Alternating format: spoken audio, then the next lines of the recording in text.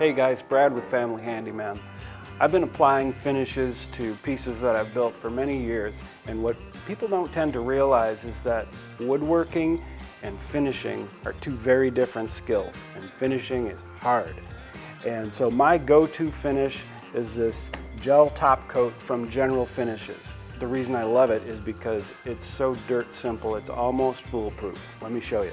So here's what I love about it. The application is so simple. You brush it on with a paintbrush and you wipe it off with a rag, done.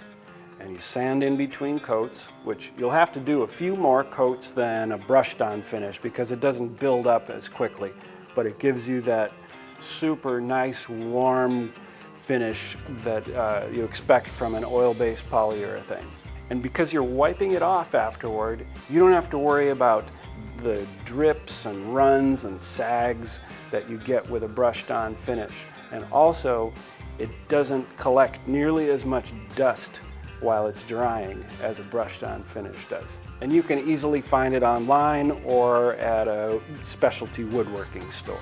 General Finishes gel top coat is Family Handyman approved. To see more products we've tested and approved, visit us at familyhandyman.com.